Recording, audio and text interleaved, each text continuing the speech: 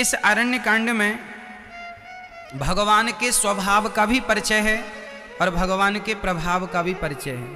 स्वभाव कैसा है सुनाऊंगा अभी कि जयंत ने माता सीता के चरणों में चोंच का प्रहार किया तो राम जी ने उसे ब्रह्मास्त्र उसके पीछे छोड़ दिया। त्रैलोक्य में उस जयंत को बचाने वाला कोई नहीं था जिसे राम जी ने मारना चाहा। क्यों मारना चाहा? क्योंकि माता सीता के चरणों में उसने चंचुका का प्रहार कर दिया, चोंच का। अंत में जब जयंत नारद जी के कहने से माता सीता की शरण में आया और राम जी की शरण में जब गया तो राम जी ने माफ कर दिया। जिनका प्रभाव इतना है कि त्रैलोक्य में कोई बचा नहीं सकता। राम जी मारना चाहें तो ना ब्रह्मा ना शिव ना इंद्र जिसे बचा ना सकें। वो भगवान प्रभाव इतना है कि ब्रह्मा और शिव और इंद्र भी हाथ जोड़े खड़े रहते हैं। और स्वभाव ऐसा है कि शरण में कोई आ जाए तो कितना भी बड़ा पापी हो राम जी उसे क्षमा कर देते हैं। ये शरणागति है। कितना भी बड़ा अपराधी हो तो राम जी के प्रभाव और स्वभाव दोनों का परिचय अरण्य कांड में मिलता है। किष्किंधा कांड में बाली का मरण है, सुग्रीव से मित्रता है और सुंदर सा भरत और राम जी और लक्ष्मण जी का संवाद है। किष्किंधा कांड के बाद आता है सुंदर कांड। ठीक है, इसके बाद सुंदर कांड में भगवान की बड़ी बड़ी चर्चाएं हैं। विभीषण शरणागति सुंदर कांड में है, अद्भुत चर्चा। इसके बाद है लंका कांड जहां रावण की मृत्यु और उसके बाद उत्तर कांड। इस धरती का ऐसा कोई भी प्रश्न नहीं है जिस प्रश्न का उत्तर उत्तर कांड में ना लिखा हो। पूरी रामायण में रामचरितमानस में जितने प्रश्न खड़े होते गए उन सभी प्रश्नों का उत्तर स्वामी जी ने उत्तर कांड में उत्तर के रूप में दिया। ये इसका नाम उत्तर कांड क्यों है? क्योंकि इसमें सभी प्रश्नों का उत्तर है। कोई प्रश्न ऐसा नहीं है जिसका उत्तर आपको उत्तर कांड में ना मिल जाए। अद्भुत। तो आज हम आपको कल बाल कांड आपको सुनाए, आज हम आपको अयोध्या कांड सुनाते हैं। फिर इसके बाद आगे के कांडों को छूते हुए आज राम जी की कथा को पूरा भी करना है। राम जी का विवाह हुआ, माता सीता से खुशहाली थी। एक दिन दशरथ जी ने देखा श्रवण समीप भय सित केसा मनहु जरठ पनु अस उपदेसा। श्रवण समीप भय सित केसा। आज दशरथ जी कंघी कर रहे थे तो उनने देखा कि उनके कुछ बाल पक गए हैं। पक गए हैं मीन्स सफेद हो गए हैं। तो राम जी के पिता अर्थात दशरथ जी के बाल पक गए। उन्होंने सोचा कि अब राम जी को राजा बनाऊं और मैं अब भजन करने का समय हो गया। बाल पक जाएं, समझ लेना चाहिए कि बुढ़ापा आ गया है और अब जितना समय भगवान को दे सकते हो देना वही सार्थक है। अब संसार से प्रपंच से मन को हटा लो, सब जगह से मन को हटाओ और केवल भगवान में। दशरथ जी ने अपने गुरु वशिष्ठ जी से कहा कि गुरु जी अब मैं बूढ़ा हो गया हूँ, मेरे बाल पक गए हैं, बताइए मैं राम को राजा कब बना दूं, राम को सिंहासन पर कब बिठा दूं। यहां पर एक मैया सोना न मैया में सोना मत, नींद आ रही हो ना तो बता देना, थोड़ा जाग लो मेरी माँ, थोड़ा ध्यान से सुन लो, है ना। अच्छा, यहां पर एक संदेह खड़ा होता है कि जब गुरु वशिष्ठ जी ने ऐसा कैसा मुहूर्त निकाल दिया कि जिस मुहूर्त में राम जी को राजा बनना था उसी मुहूर्त में राम जी को वनवास जाना पड़ा। तो गुरु जी के मुहूर्त निकालने में गलती नहीं हुई, दशरथ जी के समझने में गलती हुई। गुरु जी ने कैसा मुहूर्त निकाला था? गुरु जी ने कहा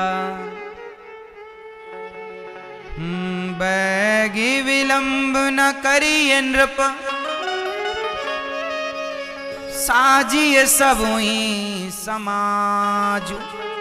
सुदिन सुमंगल तवहि जब राम हो ही जुबराज।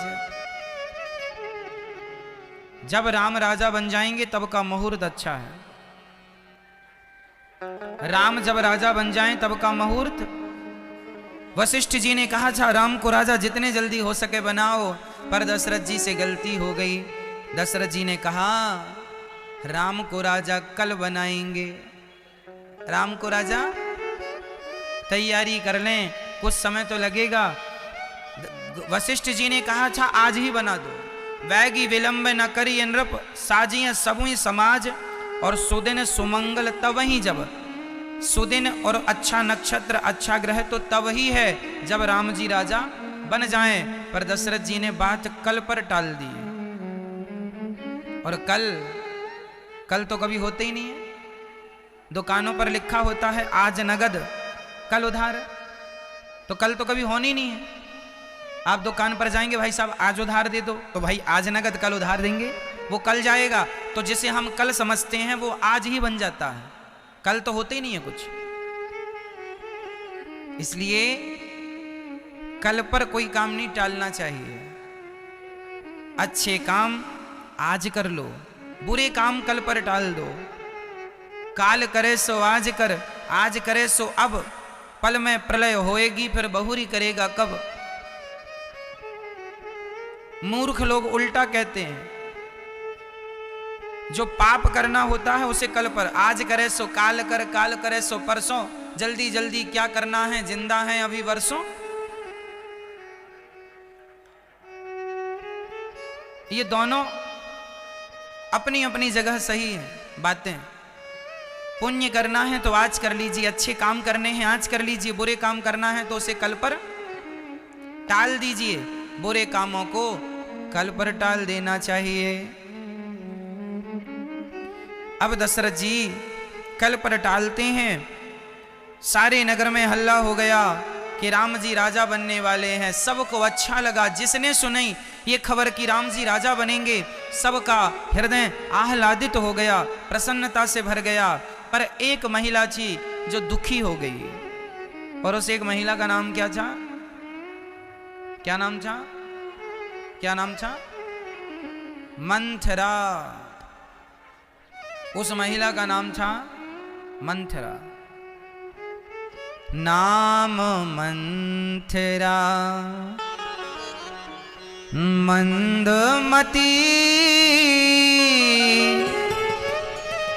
चेरी के कई केरी, अजस पिटारी ताही करी, गई गिरा मती फेरी। नाम मंथरा मंदमती, मंदमती मंद बुद्धि थी। देखो इसमें लिखा है स्पष्ट, नाम मंथरा मंदमती। मंथरा मंद बुद्धि महिला थी, कम बुद्धि थी। लेकिन कम बुद्धि वाली महिला से सलाह किसने ले ली? माता कैकेयी ने। इसलिए यहां एक चीज आपको ध्यान रखनी है कि कभी कम बुद्धि वाले लोगों से कभी सलाह ना लें। आपका सलाहकार हमेशा श्रेष्ठ होना चाहिए। यदि आपका सलाहकार कमजोर हुआ तो वो तो स्वयं कमजोर है, अपनी सलाह से आपको भी कमजोर कर देगा। यदि सलाह श्रेष्ठ की लेंगे तो जो स्वयं श्रेष्ठ है उसकी सलाह भी श्रेष्ठ ही होगी। देख लो ना, दुर्योधन ने सलाह ली शकुनी से और अर्जुन ने सलाह ली भगवान श्री कृष्ण से। सलाहकार कृष्ण होंगे तो युद्ध तो जीतेंगे ही, और सलाहकार शकुनी होंगे तो युद्ध तो हारेंगे। तो जीवन में ये बड़ा महत्व रखती है ये बात कि आपका सलाहकार कौन है। इसलिए हमारी ये जो माताएं पड़ोसन से पंचायत करने लगती हो ना, हो सकता है तुम्हारी पड़ोसन भी मंद बुद्धि हो, मंथरा की तरह कम बुद्धि वाली हो। तुम्हें उससे सलाह लेने की क्या जरूरत है? सलाह लेना है तो अपने गुरु से सलाह लेनी चाहिए। हम ये नहीं कहते कि सारे लोग ही मंद बुद्धि हैं, ना जी। आप अच्छी बुद्धि वाले हो, तो अच्छी बुद्धि वाले आप हो, तो आपसे भी अच्छी बुद्धि जिनकी हो उनकी खोज करो। इसलिए गुरु हुआ करते हैं।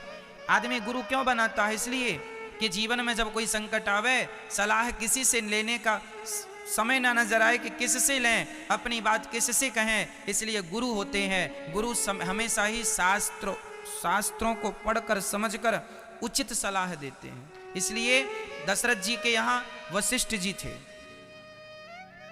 चंद्रगुप्त मौर्य ने किसकी सलाह ली? चंद्रगुप्त मौर्य ने किसकी सलाह ली? चाणक्य की। आपके जीवन में सलाहकार जितना श्रेष्ठ होगा, आप उतने ही श्रेष्ठ बन जाएंगे, बस ये समझ लो। और सलाहकार यदि तुमने शराबियों से सलाह ली तो तुम भी शराबी हो जाओगे। गंजेड़ियों से सलाह ली तुम भी गंजेड़ी हो जाओगे। वैश्यागामी आदमी से सलाह ली तो तुम भी वैश्यागामी हो जाओगे। जो जैसा होगा लोगों को वैसा ही तो बनाएगा। क्यों जी?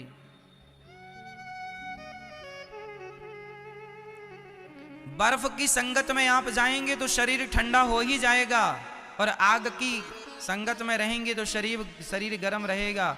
संगत का प्रभाव तो छूटेगा नहीं साहब। इत्र की दुकान में रहोगे तो आपके शरीर से भी खुशबू आने लग जाएगी, और यदि किसी नाले के पास जाके बैठ जाओगे तो अपने आप आपको दुर्गंध आने लग जाएगी। संगत नाले की तो दुर्गंध, संगत गुलाब की तो खुशबू। संगत का बड़ा प्रभाव पड़ता है। मक्खी जाकर सब्जी वाले की तराजू में बैठ जाए तो मक्खी मक्खी ही रहेगी, लेकिन वही मक्खी यदि सोनार की तराजू में बैठ जाए तो 1000-2000 की तो कीमत ले आएगी ना मक्खी। भाई जिस तरफ बैठेगी उस तरफ का वजन। 1 ग्राम की भी मक्खी हुई तो 1 ग्राम वजन बन गया। और 1 ग्राम आजकल सोना 1 ग्राम 5000 का आता है। 5 का ना सही तो आधी ग्राम की है, 2500 की तो है। तो मक्खी भी 2500 की हो जाती है यदि सोनार की तराजू में बैठ जाए तो। और वही सब्जी की तराजू में बस 25-50 मक्खियां भी बैठी रहें तो उन मक्खियों की कोई वैल्यू नहीं है। संगत कर लेगी सोनार की तो मक्खी भी सोने के भाव बिक जाएगी। और संगत कर ले कोई गलत आदमी की और गलत व्यक्ति यदि हीरा लिया घूमता रहे तो देखने वाला यही कहेगा ये कांच का टुकड़ा है, पागल है, बेवकूफ है। एक टाटा, बिरला, अडानी, अंबानी यदि अपनी अंगूठी में यदि वो सामान्य कांच का टुकड़ा भी लगा लें तो देखने वालों को लगेगा यार हीरा है। और कोई भीख मांगने वाला हीरा भी पहन के घूमे और कहे देख हीरा है, लोग विश्वास नहीं करेंगे, तेरी औकात क्या है, ये तो कांच का टुकड़ा है। यदि हीरा भिखारी के हाथ में चला गया तो हीरे की भी वैल्यू कम हो जाएगी। और हीरा यदि योग्य व्यक्ति के हाथ में कांच का टुकड़ा ही चला गया तो थोड़ी देर के लिए कांच के टुकड़े की भी हीरे जैसी कीमत हो जाएगी। संगत का प्रभाव बहुत पड़ता है। माता कैकेयी ने संगत किसकी कर ली? जोर से बोलो, किसकी? मंथरा की। इसलिए मेरी मां आज भी समाज में मंथरा मरी नहीं है, कहीं गई नहीं है। आपके इर्द गिर्द अड़ोस पड़ोस में बहुत सारी, त्रेता युग में एक ही मंथरा हुआ करती थी, आज तो गली गली 2-4 मिल जाएंगी आपको। हर गली में 2-4 हैं, हर मोहल्ले में 2-4 हैं। इसलिए इन मंथराओं से बच के रहना। जैसे मंथरा ने कैकेयी के कान भर दिए और कैकेयी को भड़का दिया। कैकेयी बुद्धिमान महिला थी। कैकेयी बुद्धिमान महिला है, लेकिन बुद्धिमान महिला होकर भी उन्होंने मंदमती स्त्री की संगत कर ली। इसलिए हाथ जोड़कर कहता हूं, आप अपनी सास से लड़ जाती हो, अपनी बहू से लड़ जाती हो, किसके कहने से? पड़ोसन के भड़काने से। इसलिए पड़ोसी लोग, सारे पड़ोसी नहीं, कुछ लोग तो चाहते ही हैं कि आप सदा घर में झगड़ा करते रहें और आपके झगड़े का वो लोग आनंद लेते रहें, मजे लेते रहें। इसलिए आपको कभी भी किसी के कहने पर घर में विवाद की स्थिति उत्पन्न नहीं करनी चाहिए। जहां सुमति तहां संपत्ति नाना, जहां कुमति तहां विपत्ति निदाना। कैकेयी ने दशरथ जी की बात नहीं सुनी। दशरथ जी ने कहा कि मैं तो तुझे सरप्राइज देने वाला था कि मैं राम को राजा बना रहा हूं, लेकिन मेरे आने के पहले कान भर दिए कैकई के मंथरा ने। कई बार पति पत्नी का झगड़ा गलतफहमी के कारण हो जाता है, सास बहू का झगड़ा, कैकई का झगड़ा क्यों हो गया? गलतफहमी। कैकई को मंथरा ने कौन सा पाठ पढ़ाया? कैकई को मंथरा ने यही तो कहा कि सुनो, राम जी के राजा बनने की तैयारियां महीनों से चल रही हैं, महीनों से। और सुनो, तुम्हारे बच्चों को ननिहाल भेज दिया ताकि उन्हें हक देना ना पड़े।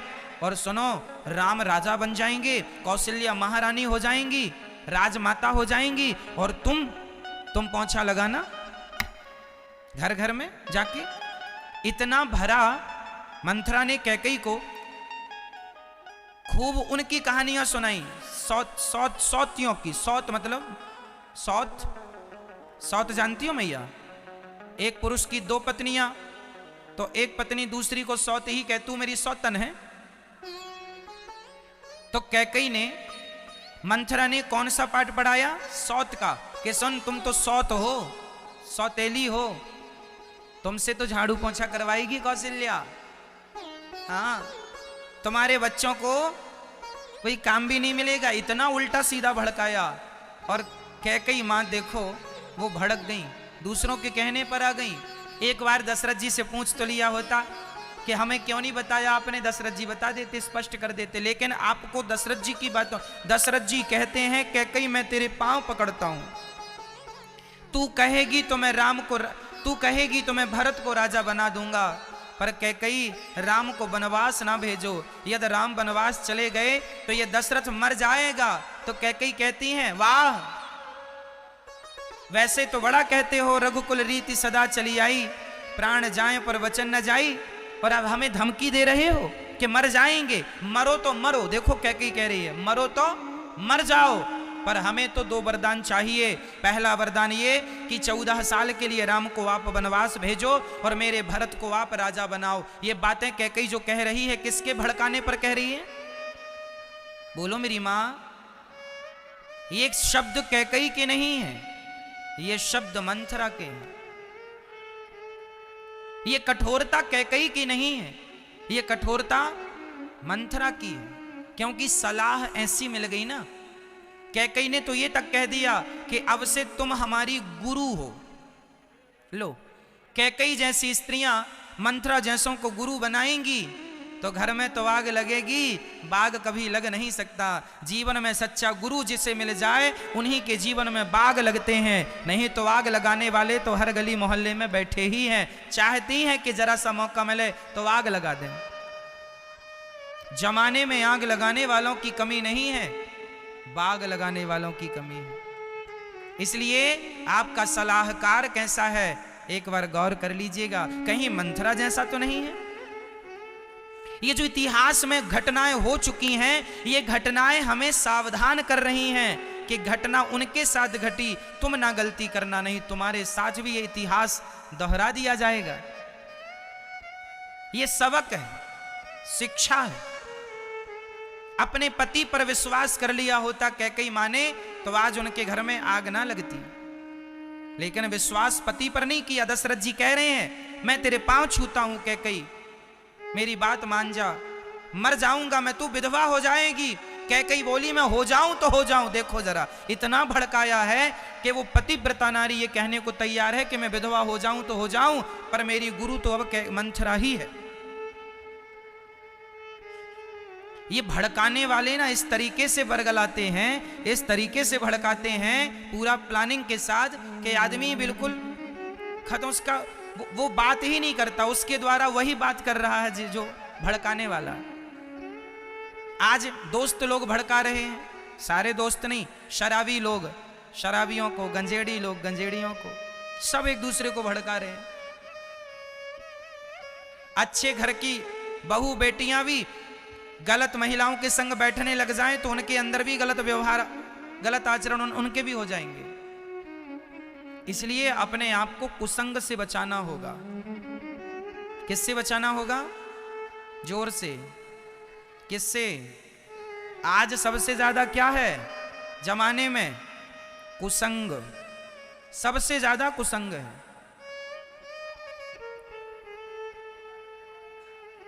कुसंग ही तो है।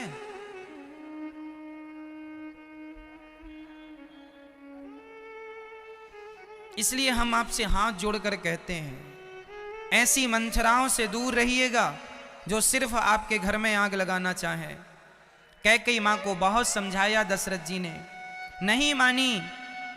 पूरी रात हाथ जोड़े जोड़े निकल गई। कैकेयी मान जाओ, 2 वरदान देने को कहा। ये दशरथ जी ने 2 वरदान कब देने को कहा था?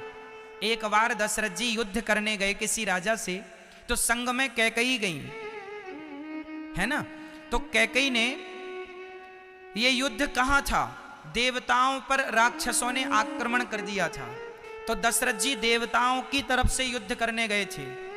दशरथ जी स्वर्ग जाया करते थे शरीर के साथ, और देवताओं के पक्ष से युद्ध किया करते थे। तो एक बार एक राक्षस ने दशरथ जी के रथ पर बाण मारा, तो दशरथ जी के रथ का जो पहिया था वो निकलने वाला था। तब माता कैकेयी ने अपनी उंगली डाल दी थी उस पहिए को रोकने के लिए। वो रथ पर पहिया होता है ना, पहिया, तो वो निकल ना जाए इसके लिए लोहे की कील घुसी रहती है ना उसमें, तो वो निकल गई। तो कैकेयी मां ने अपनी उंगली डालकर पहिए को रोक, क्योंकि पहिया गिर जाता तो रथ गिर जाता, दशरथ जी गिर जाते और युद्ध हार जाते। तो कहीं मेरे पति, कैकेयी को लगा कि मेरे पति दशरथ जी युद्ध ना हार जाएं, तो अपनी उंगली डाल दी। और उंगली जब डाली तो 2 उंगली डाली, एक नहीं 2 उंगली, 2 उंगली डाली तो दोनों उंगली कट गई, हल्की सी चोट आ गई, खून निकलने लगा। दशरथ जी ने युद्ध जीत लिया। देखा तो कैकेयी नहीं, कैकेयी कहाँ है? तो देखा कि वो तो रथ पर उंगली डाले बैठी हैं। दशरथ जी ने कहा, देवी क्या हुआ? बोले, रथ का पहिया निकलने वाला था, मैंने उंगली डाल दी, नहीं तो गिर जाता। दशरथ जी ने कहा, देवी तुमने अपनी 2 उंगली मेरे लिए घायल की हैं, तुमने अपने प्राण संकट में डाले हैं। आज मैं तुम्हें 2 वरदान देने का वचन देता हूं, तुम जो मांगोगी तुम्हें वो दिया जाएगा।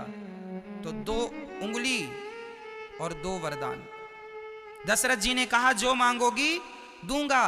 कैकेयी मां ने कह दिया कि अभी नहीं है जरूरत, जब पड़ेगी सो मांग लेंगे। तो वो 2 वरदान उधार रह गए, और दशरथ जी ने वो 2 वरदान अब कैकेयी ने मांगे, तो दशरथ जी ने वो दोनों वरदान दिए। पहला वरदान राम को 14 साल का वनवास, और दूसरा भरत जी को अयोध्या का सिंहासन। दशरथ जी कहते हैं कि तूने क्यों उंगली लगाई रथ पर? अरे तभी मर जाने दिया होता तो कम से कम ये दिन ना देखने पड़ते, तूने तो जिला कर मार डाला है। कैकेयी, कभी मैंने सोचा नहीं था कि तू कभी ऐसा व्यवहार करेगी। निर्दयी हो गई कैकेयी। क्यों हो गई? लोभ सवार हो गया, मैं राजमाता बनूंगी। जब आदमी के अंदर लोभ जागता है ना, तो वो कितने भी अच्छे खानदान का हो, बुद्धि भ्रष्ट हो ही जाती है। कैकेयी के माता पिता की भी कुछ कहानी मिलती है ऐसी। कहते हैं कैकेयी की जो माता थी ना, कैकेयी ऐसी क्यों है? क्योंकि इनकी मां भी ऐसी ही थी। इनकी मां, हाँ, इनकी मां के बारे में कथा मिलती है कि एक बार कैकेयी के पिताजी भोजन कर रहे थे कि तभी वहां पर एक सुंदर सी चींटी वहां से गुजरी। चींटी,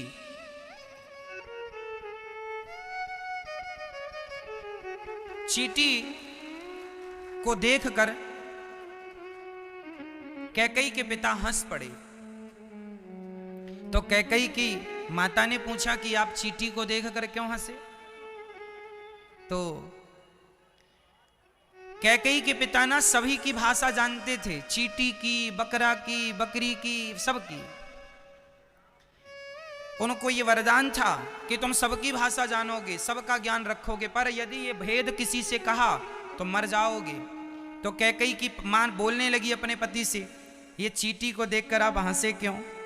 वो चींटी कोई बात कर रही होगी अपनी भाषा में, और इनको भाषा का नॉलेज था, तो इन्होंने समझ लिया कि वो चींटी क्या कह रही है। तो कैकेयी की मां ने पूछा कि अपने पति से कि बताओ आप हंसे क्यों? तो कैकेयी के पिता ने कहा यदि मैंने बता दिया तो मैं मर जाऊंगा। तो कैकेयी की मां बोली भले मर जाओ पर हमें बताओ। तो कैकेयी की मां भी ऐसी थी, वो कहती है हमें बताओ, तुम भले मर जाओ। तो जब मां ऐसी है तो बेटी भी ऐसी होगी। कैकेयी के संस्कार ये कहां से आ गए? वो अपने पति से कह रही हैं भले तुम मर जाओ पर हमें तो 2 वरदान चाहिए। तो ये संस्कार, बेटियों पे संस्कार अक्सर मां पर से ही आते हैं, मां से ही आते हैं। बेटों के संस्कार पिता से आते हैं। बेटा गलत होगा तो लोग कहेंगे तेरा बाप कैसा है रे, तू कैसी हरकत कर रहा, तेरा बाप भी ऐसा है क्या? और बेटी गलती करेगी तो लोग यही कहेंगे तेरी मां ऐसी है क्या? क्योंकि बेटी को संस्कार मां से आते हैं और बेटे को संस्कार पिता से प्राप्त होते हैं। इसलिए अपनी बेटियों को, अपने बेटों को संस्कारवान बनाइएगा। कैकेयी माता अब पास हो गई अपने काम में। सुबह हो गई, गिड़गिड़ाते दशरथ जी को कोई सुनवाई नहीं हुई। अंत में राम जी आए। राम जी ने कहा माता ये क्या हो गया? कैकेयी मां ने कहा बेटा मैंने तेरे पिता से 2 वरदान मांग लिए, तेरे पिता की ये हालत हो गई, जरा देख। तब राम जी ने कहा अरे बस इतनी सी बात। राम जी तुरंत गए, कहा कि आपने मुझे वनवास भेजा है मां? हाँ बेटा वनवास। दशरथ जी तो कुछ बोल ना पाए, मूर्छित पड़े थे। कैकेयी ने झट से बता दिया कि मैंने तुम्हारे पिता से 2 वरदान मांगे हैं राम, तुम्हें 14 साल के लिए वनवास जाना है और भरत को राजा। इतनी सी बात पर ये दशरथ जी मूर्छित हो गए। दशरथ जी ने मुस्कुराते हुए कहा पिताजी आपको शोक करने की जरूरत नहीं है। यहाँ एक सुंदर चौपाई गोस्वामी जी लिख रहे हैं, आपको उसका अर्थ समझाऊं। यहाँ गोस्वामी जी लिख रहे, राम जी कह रहे सुनो जननी सोई सुत बड़ भागी, जो पितु मातु बचन अनुरागी। सुनो जननी सोई सुत बड़ भागी, जो पितु मातु बचन अनुरागी। वह बेटा बड़भागी होता है जो अपने माता पिता की आज्ञा का पालन करता है। राम जी कहते हैं माता आपने मुझे 14 साल के लिए यदि वनवास दिया है तो मैं बड़भागी हूं कि मुझे अपनी माता और अपने पिता की आज्ञा का पालन करने का मौका मिल रहा है। राम जी ने अपना सौभाग्य माना, इस बात पर सौभाग्य माना कि मुझे अब तो अपने माँ बाप की आज्ञा का पालन करने का अवसर मिल रहा है। अब राम जी तुरंत वनवास जाने की तैयारी करते हैं। राम जी वनवास जाने की तैयारी पहले माता कौशल्या से बात करते हैं। माता कौशल्या ने कहा अरे राम आज तुम्हें राजा बनना है और तुम यूं ही घूम रहे हो, जाओ जल्दी स्नान करो, तुम्हें 7 समुद्र का जल बुलाया गया है, सारे तीर्थों का जल, उससे स्नान करना है। राम जी ने कहा माँ राजा बनाना नहीं, मैं तो राजा बन गया। कैसे? पिता दीन मोही कानन राजू। हे माता हमारे पिता अर्थात दशरथ जी ने हमें तो कानन मीन्स जंगल का राजा बना दिया, देंगे ऐसा नहीं, दे दिया। अब मुझे 14 साल अयोध्या से जाकर दूर जंगलों का राजा बनाया है, मुझे जंगलों का राजा बना दिया। भरत जी अयोध्या के राजा बनेंगे। राम जी प्रसन्नता से अयोध्या, हवा की तरह ये बात सारी अयोध्या में फैल गई कि कैकेयी ने राम को वनवास दे दिया। सबको ऐसा लगा मानो बीछी ने डंक मार दिया। सबको ऐसा लगा मानो सबके प्राण निकल गए हो। कैकेयी निर्दयी हो गई। सीता माता को पता चला, माता सीता तुरंत राम जी के चरणों में आई, हमें भी संग ले चलो। तब राम जी समझाए, ये ही ते अधिक धर्म नहीं दूजा, सादर सास ससुर पद पूजा। राम जी कह रहे हैं, सीता इससे बड़ा कोई धर्म नहीं है, यही ते अधिक धर्म नहीं दूजा, सादर सास ससुर पद पूजा। बहुओं का एक और धर्म है, पति की सेवा करना तो नारियों का धर्म है, पर रामचरितमानस में राम जी ने ये बात माता सीता को कही कि बहू का अर्थात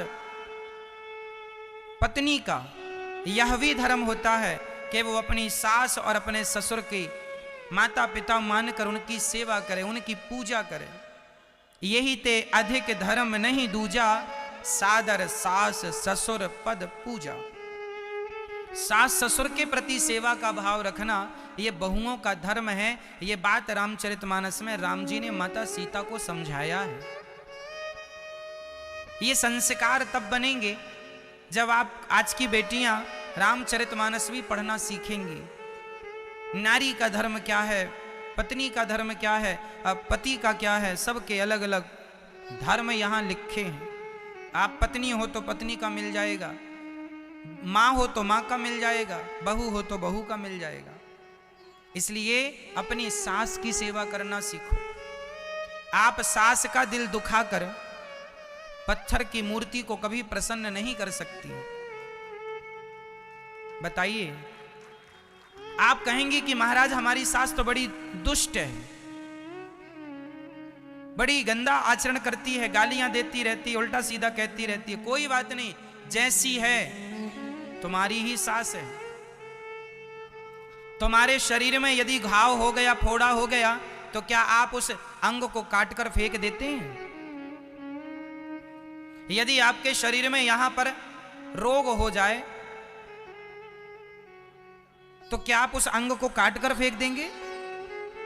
नहीं, आप समय समय पर उसमें दवाई लगाकर उसका इलाज करेंगे और उसे ठीक करने की कोशिश करेंगे। यदि तुम्हारी सास ठीक नहीं है तो क्या उसे घर से निकाल दोगे? ना, संस्कार आपके हैं ना। कैसी भी सास है, बूढ़ी है, माता है, गालियां लाख देती है, फिर भी चुपचाप रह करके सेवा कर लिया जाए, यही तुम्हारा धर्म है। यदि तुम उससे घर से निकाल दोगे और रोटी पानी बंद कर दोगे अपनी सास का, तो तुमको पाप लगेगा इस बात का कि तुम्हारे घर में कोई भूखा सोता रहा और तुमने कभी ध्यान नहीं दिया। घर में आया अतिथि यदि घर से भूखा चला जाए तो गृहस्थों के पुण्य नष्ट हो जाते हैं। और घर में सास भूखी सोती रहे, हाँ, सास जानकर नाटक कर रही है, सोती रहे तो भले सोती रहे, पर तुम्हारी तरफ से ना सोए।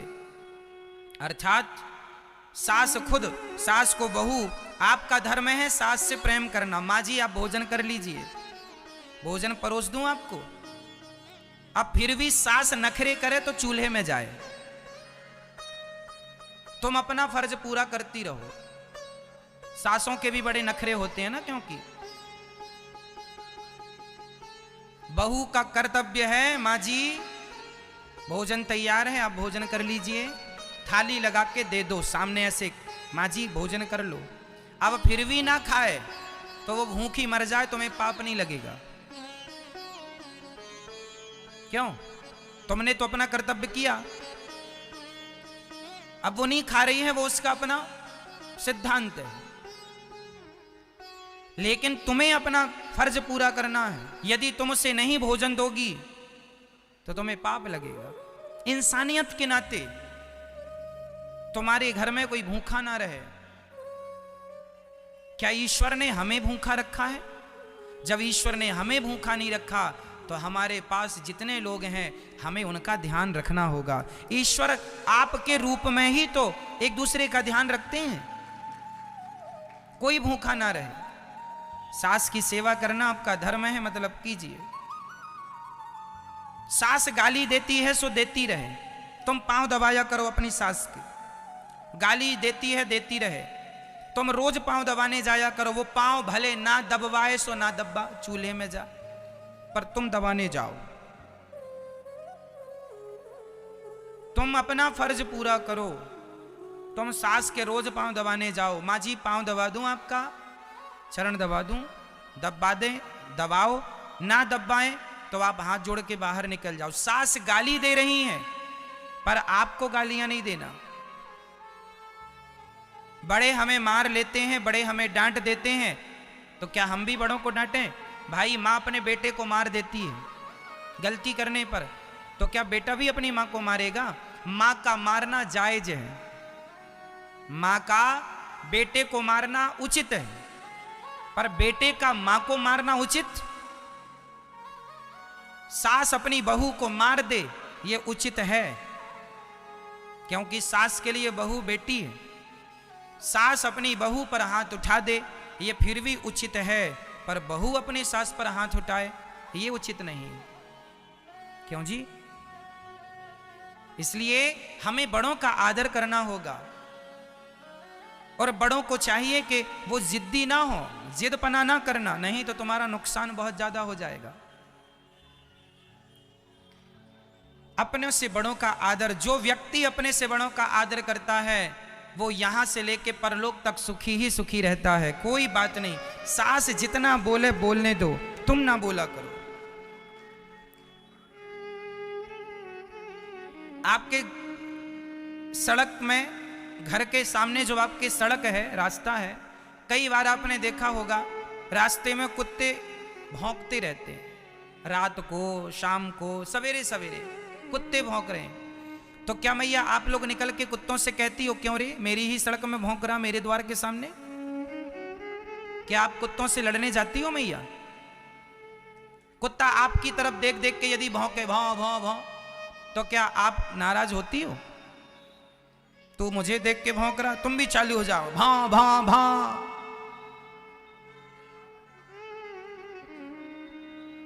सास यदि तुम्हें गाली दे तो तुम भी दोगे क्या? फिर तो कुत्ते में और फिर उसमें और तुम में अंतर क्या रहा?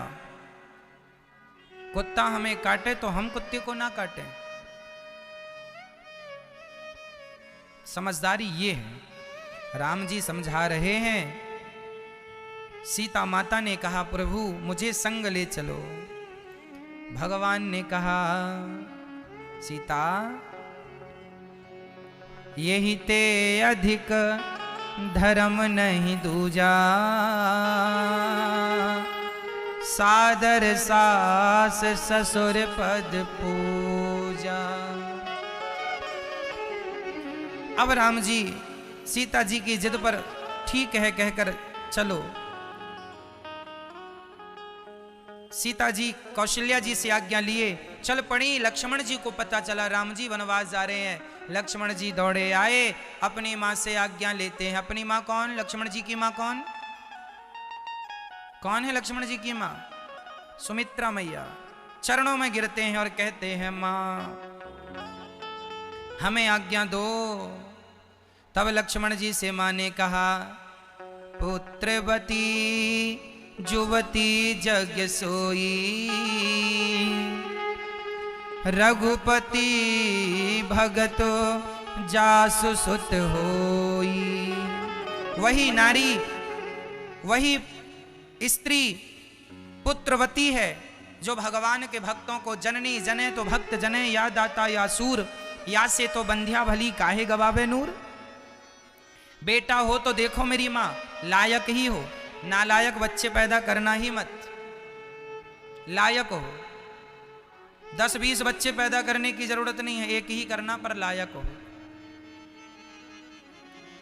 बहुत सारे पैदा कर लिए सब नालायक है ना। मैया सुन लो मेरी माँ, वह नारी धन्य है जिसका बेटा या तो देश भक्त हो या तो भगवान का भक्त हो। धन्य है वो माँ जिसने राष्ट्र भक्त या भगवत भक्त को जन्म दिया है। जननी जने तो भक्त जने, या दाता या सूर। बेटा ऐसा हो जो देने वाला हो, सबको दे, सुख दे, शांति दे, जरूरतमंदों की जरूरतें पूरी करे, भूखों को रोटी दे, निर्वस्त्र को वस्त्र दे। ऐसा देने वाला हो, हमेशा सम्मान करने वाला हो बड़ों का।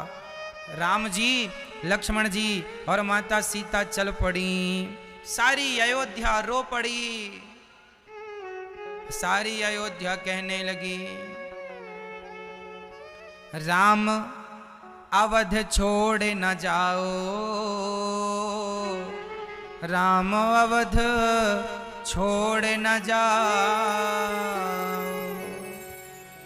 हम कैसे जिएंगे राम बिना, जरा ये भी तो बतलाओ। तुम राम अवध छोड़ न जाओ। कैसे जिएंगे राम तुम्हारे बिना। सारी अयोध्या, बालक वृद्ध, चाहे बालक हो चाहे वृद्ध हो, सब लोग, बालक वृद्ध विहाय, ग्रह लगे लोग सब साथ। सब राम जी के संग चल पड़े। दशरथ जी राम राम कहकर रो रहे हैं। माता कौशल्या की हालत ठीक नहीं है। सारे नगरवासी मानो प्राण निकल गए। राम लक्ष्मण और माता सीता रथ पर बैठी। सुमंत्र जी रथ को लेकर चले। सारे अयोध्यावासी रथ के आगे आकर लेट गए। राम जी ने समझाया, हम जल्दी आ जाएंगे, हमें जाने दो। यदि हम नहीं गए तो अपने पिता की आज्ञा का पालन करने वाला बेटा मैं नहीं बनूंगा। यदि मैं ही अपने पिता की आज्ञा का उल्लंघन करूंगा तो आने वाला कोई बेटा कभी अपने पिता की आज्ञा का पालन नहीं करेगा। मैं पालन करूंगा तब लोग पालन करना सीखेंगे आज्ञा का। इसलिए हमें जाने दो। प्रण अपने पिता का करने को श्री राम अयोध्या छोड़ चले।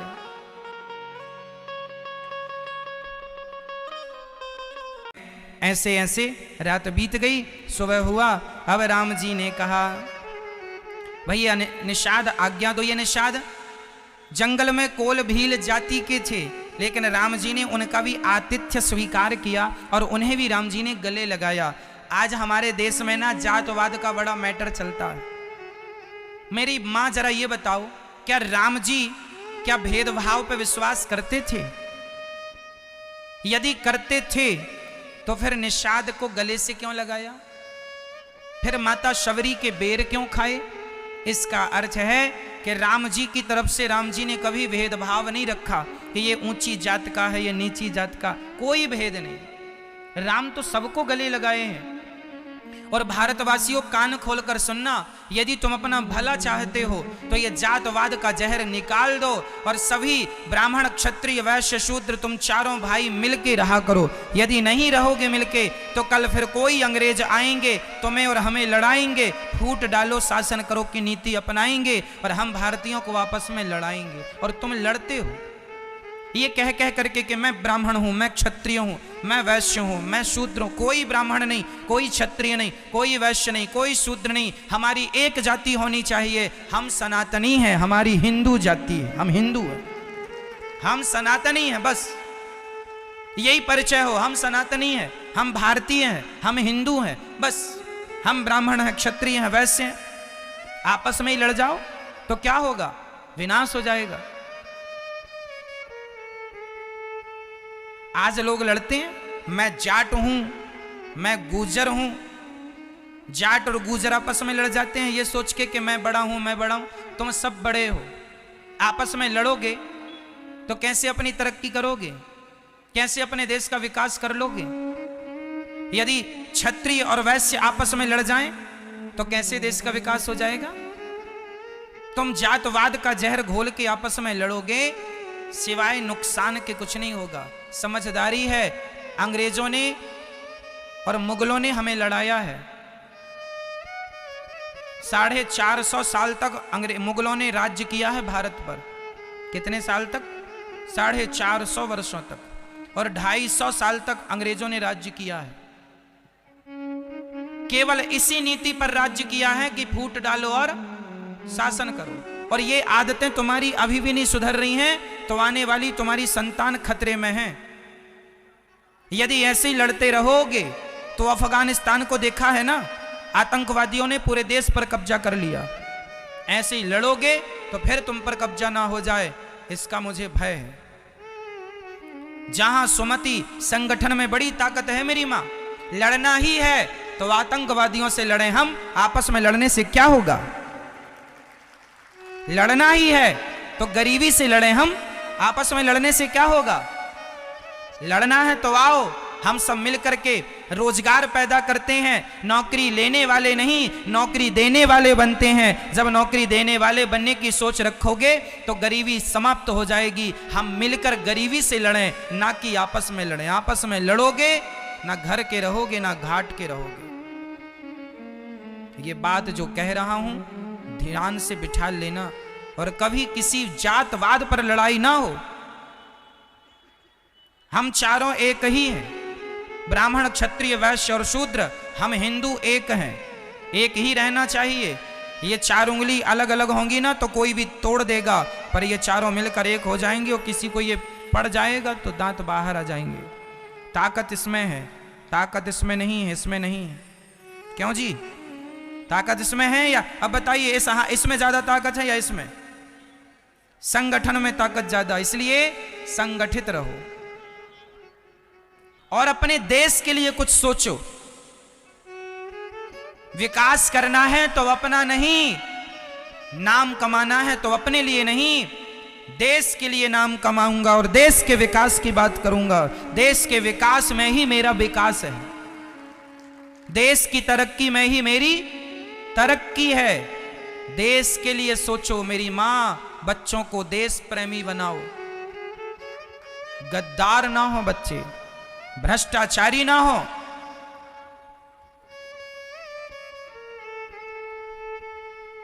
संगठन जरूरी है। तो यहां राम जी ने कभी भेदभाव नहीं रखा, कोई जातवाद का जहर नहीं था राम जी के जमाने में। जब राम जी कोई भेद नहीं करते तो मैं कौन होता हूं भेदभाव करने वाला। राह में आए जो दीन दुखी, सबको गले से लगाते चलो, प्रेम की गंगा बहाते चलो। मैं कभी जातवाद के चक्कर में नहीं पड़ता और जातवाद पर विश्वास भी नहीं करता। मैं विश्वास करता हूं केवल राष्ट्र प्रेम में। जो भी मेरा भक्त, जो भी भगवान से जुड़कर, जो भी धर्म से जुड़ा हुआ है वो हमारा है। यहां हम किसी से जात नहीं पूछते कि तुम्हारी जात क्या है। इसलिए समझ लो इन चीजों को। लड़ोगे तो कहीं के नहीं रहोगे। अब राम जी गंगा नदी के तट पर पहुंचे। बरवस राम सुमंत्र पठाए, सुर सरि तीर आप तब आए। जासु वियोग विकल पशु ऐसे, प्रजा मातु पितु जी हैं कैसे। जिस रथ पर राम जी चढ़कर आए थे ना, उस रथ पर जो घोड़े जुते हुए थे, जब उन घोड़ों को राम जी ने कहा कि अब सुमंत्र जी जाइए वापस अयोध्या, अब हम जा रहे हैं आगे, तो घोड़े हिन हिना करके राम जी की तरफ दौड़ते हैं। वो घोड़े वापस अयोध्या की तरफ नहीं जाते। वो घोड़े सोचते हैं कि हमारे कारण राम जी दूर हो जाएंगे, वो राम जी के बिना कैसे रहेंगे। घोड़े रो रहे हैं, जिनके प्रेम पर, जिनकी याद में घोड़ों की ये हालत है। सोचो कि उनके वियोग में उनकी माता, उनके पिता, उनके अपने अयोध्या वासियों की क्या हालत रही होगी। अब राम जी गंगा के किनारे आए और राम जी ने केवट से नाव मांगी। मांगी नाव ना केवट आना, कहीं तुम्हार मरम में जाना। राम जी ने कहा भैया केवट जरा नाव लाओ, हमें पार लगा दो। केवट बोला सरकार मैं नाव नहीं ला सकता, क्योंकि मैं आपके मर्म को जानता हूं। अच्छा, राम जी का मर्म तो लक्ष्मण जी ना जान पाए। लक्ष्मण हूं यह मर्म न जाना, जो कछु चरित रचा भगवान।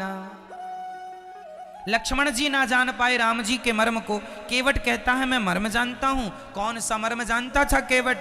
छुअत सिला भई नारी सुहाई, पाहन तेना काठ कठिनाई।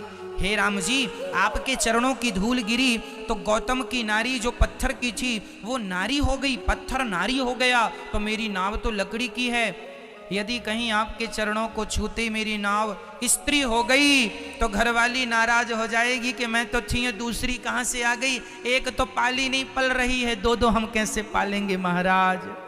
इसलिए एक उपाय है। राम जी बोले उपाय बताओ।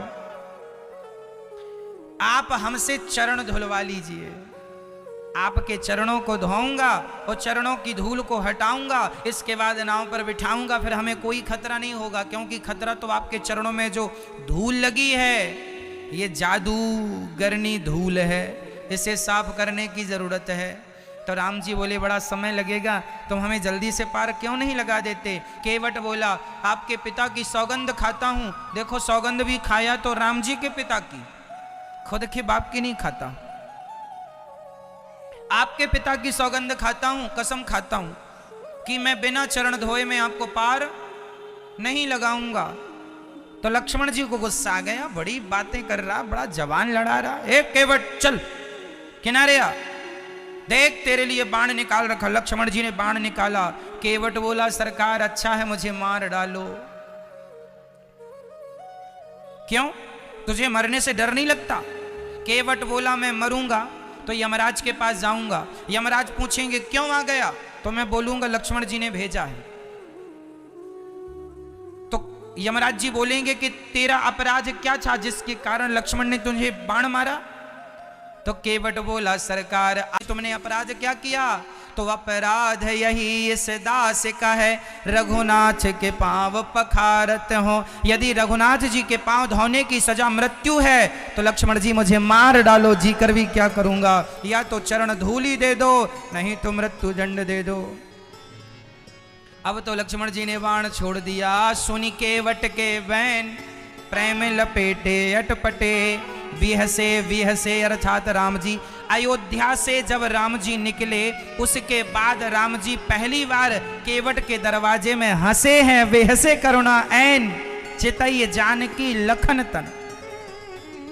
राम वनवास के बाद राम जी पहली बार कहां हंसे?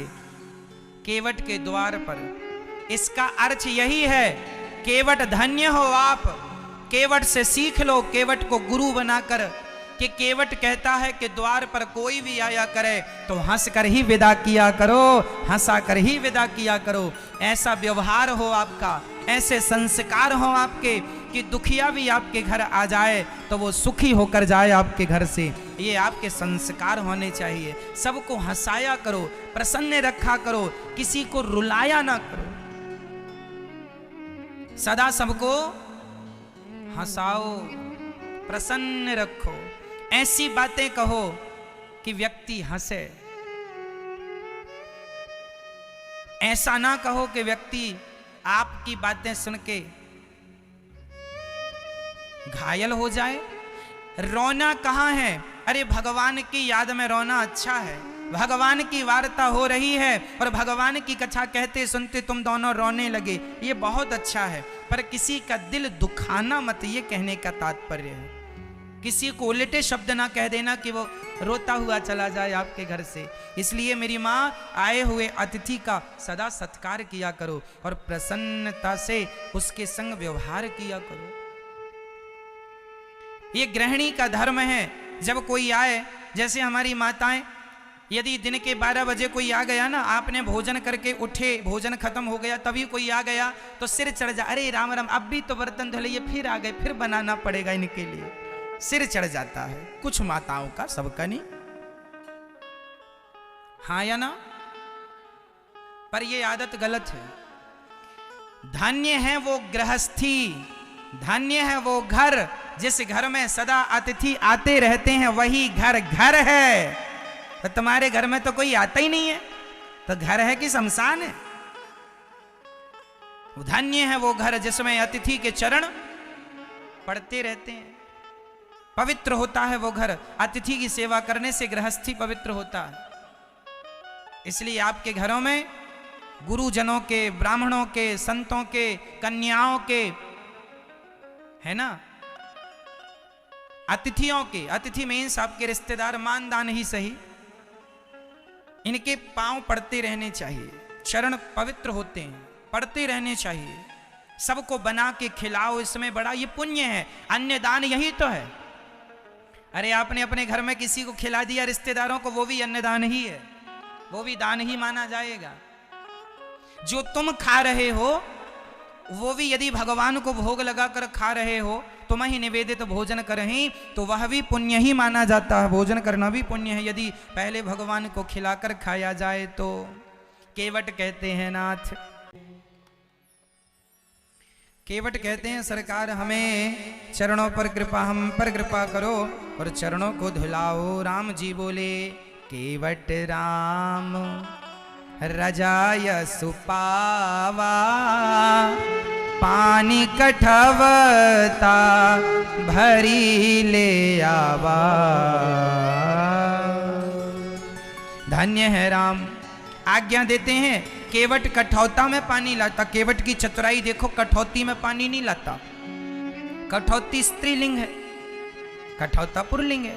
केवट को लगा कि कठौती लाऊंगा कहीं बन गई तो स्त्री बन जाएगी, और कठौता लाऊंगा बनेगा भी तो बेटा बनेगा, नाव चलाएगा। अच्छा, इसलिए कठौता में पानी लाया। और कठौता, जानते हो कठौता क्या होता है? जब नाव में पानी भरने लग जाता है ना, तो कठौता से ही उलीचते हैं। तो कठौते पर पानी केवट ने इसलिए भरा।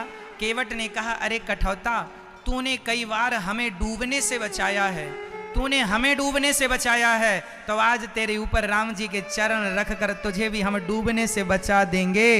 राम के चरण रख जाएंगे तो कोई डूबेगा कैसे? तो केवट कठौता में लाता है चरण पानी, और राम जी को चरण रख के घिस घिस के धुलता है और हिलाए जा रहा। राम जी बोले जरा अच्छे से धुलो, हिलाते क्यों हो? राम जी बोले हम गिर जाएंगे। केवट बोला सरकार तो मेरे माथे पर हाथ रख लीजिए। राम जी ने हाथ रखा तो आंसू आ गए राम जी के। केवट बोला सरकार रो क्यों रहे हैं? राम जी बोले भैया केवट, मुझे लगता था कि गिरते हुए को मैं ही थामता हूं, पर आज समझ में आया कि जब भक्त गिरता है तो भगवान थामते हैं, और जब भगवान गिरते हैं तो भक्त थामते हैं। आज राम जी को केवट ने थाम लिया, सिर पर हाथ रखा राम जी ने, और केवट ने चरणामृत लिया चरणों को धोकर। अब केवट कहता है सरकार, राम जी बोले चलो अब तुमने पांव धो दिया, अब हमें पार लगाओ। केवट बोला अभी बैठो आप, अभी जो वेटिंग में खड़े थे पहले उनको तो पार लगाऊं। राम जी बोली यहाँ तो हमारे सिवा कोई है ही नहीं। केवट बोला सरकार भले ना दिखाई पड़ रहे हो पर यहाँ बहुत लोग हैं। कौन कौन है सुनो। पद पखार जल पानी करी। पद पखार मतलब चरणों को धोकर केवट ने चरणामृत लिया। आप लोग जो भगवान अपने घर में लड्डू गोपाल जी को नहलाते हो कि नहीं? हाँ या ना? शालिग्राम भगवान को नहलाते हो कि नहीं? तो नहलाने के बाद जो जल बचता है उस जल को ही चरणामृत कहते हैं। उस चरणामृत को क्या करना चाहिए? पी लेना चाहिए, अपने बच्चों को पिलाना चाहिए, अपने घर में उस चरणामृत का छिड़काव करना चाहिए। और फिर भी वो पानी बच जाए तो जहां आपकी तुलसी है, फूल वूल लगा रखे होंगे, वहां क्यारी में पानी को डाल देना चाहिए। वो पानी किसी के पांव में ना पड़े, क्योंकि वो पानी अब चरणामृत हो गया। आकाल मृत्यु हरणम सर्व व्याधि विनाशनम विष्णुं पादोदकं पीत्वा पुनर्जन्म न विद्यते। कहते हैं चरणामृत की बड़ी महिमा है। जो चरणामृत नित्य पीता है उसकी कभी अकाल मृत्यु नहीं हो सकती। इसलिए चरणामृत रोज पीना चाहिए। गंगा जल एक प्रकार का चरणामृत है। आपके घर में गंगा जल भी होगा, कोई बात नहीं, होए ना होए कोई फर्क नहीं पड़ता। आप तो सामान्य पानी से अपने घर में ठाकुर जी को सवेरे नहलाओ और उनको नहलाकर बड़े प्रेम से चरणाम। केवट कहता पद पखारी जल पानी करे। जब भगवान को नहवाया करो ना तो भाव यही रहे कि नाच हम केवट हैं और आज हम आपके चरणों को धुल रहे हैं। पद पखारी जल पानी करे आप सहित परिवार। केवट ने खुद पिया और परिवार के सभी लोगों को पिलाया। इसके आगे क्या वो सुनो। पितरु पारी करे प्रभु पुनी मुदित गयाऊं ले पार। केवट ने खुद पिया, परिवार को पिलाया और अपने पूर्वजों के नाम से छिड़काव किया। मेरे पितर तर जाएं, पूर्वजों के लिए, मेरे पिता दादा परदादा। आप भी चरणामृत भगवान का अपने पूर्वजों के नाम का छिड़काव कर दिया करो। ये मेरे पितरों के नाम का है, वो चरणामृत उन्हें मिल जाएगा। स्मरण करने मात्र से कोई खर्चा तो लगा नहीं।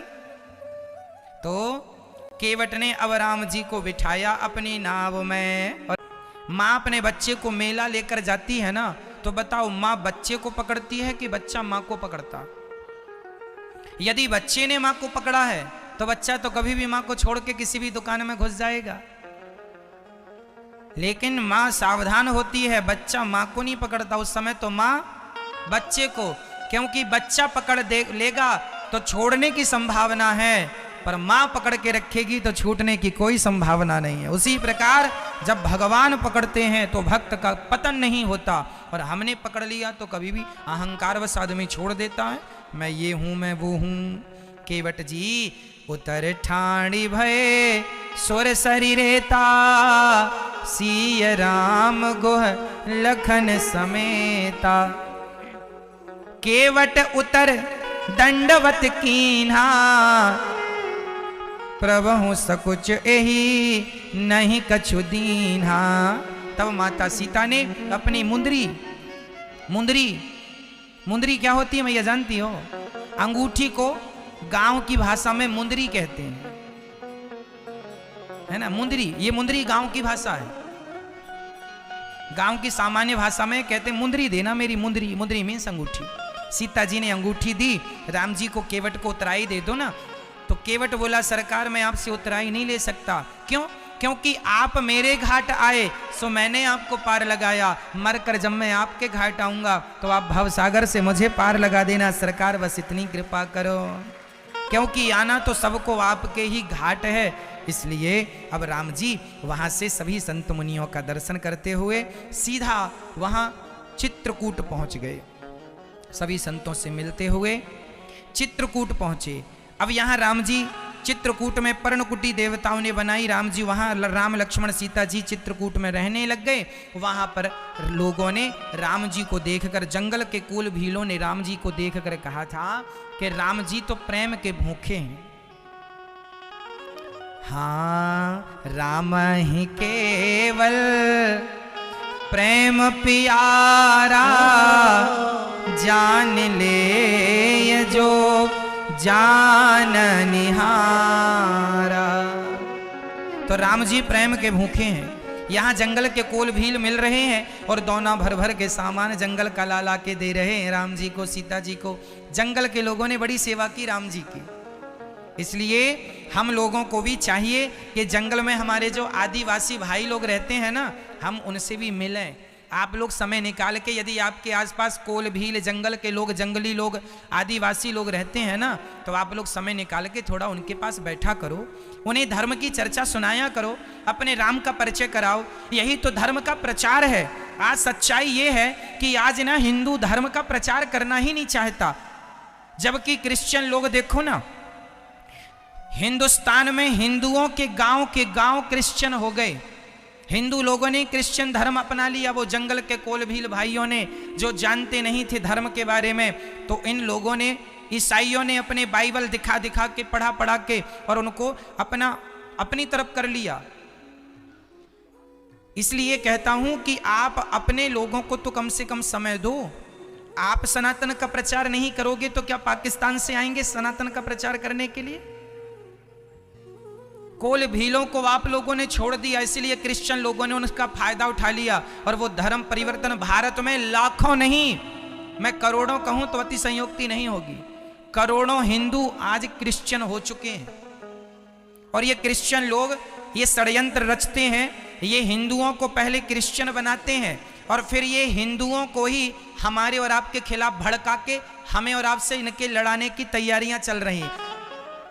हमें हमारे अपनों से लड़ाया जाएगा। आज जब मुगल आए, जब मुसलमान इस देश में मुगल लोग आए, उनने क्या किया? हिंदुओं को पहले मुसलमान बनाया और फिर बनाए मुसलमानों को हिंदुओं के खिलाफ लड़ाया, तो हमारे अपने ही आपस में लड़ लड़ के मर गए। आज भी अधिकाधिक मुसलमान, इनके पूर्वज अधिकाधिक हिंदू ही हैं, क्योंकि मुसलमान सभी वहां से थोड़ी आए थे, इतने सारे कुछ आए थे, बाकी यहां के लोगों को कन्वर्ट कर लिया, पकड़ लिया, मार डालूंगा नहीं तो धर्म अपना ले, तो डर के मारे कुछ लोगों ने तो अपना लिया, कुछ लोग मर गए पर धर्म नहीं छोड़ा।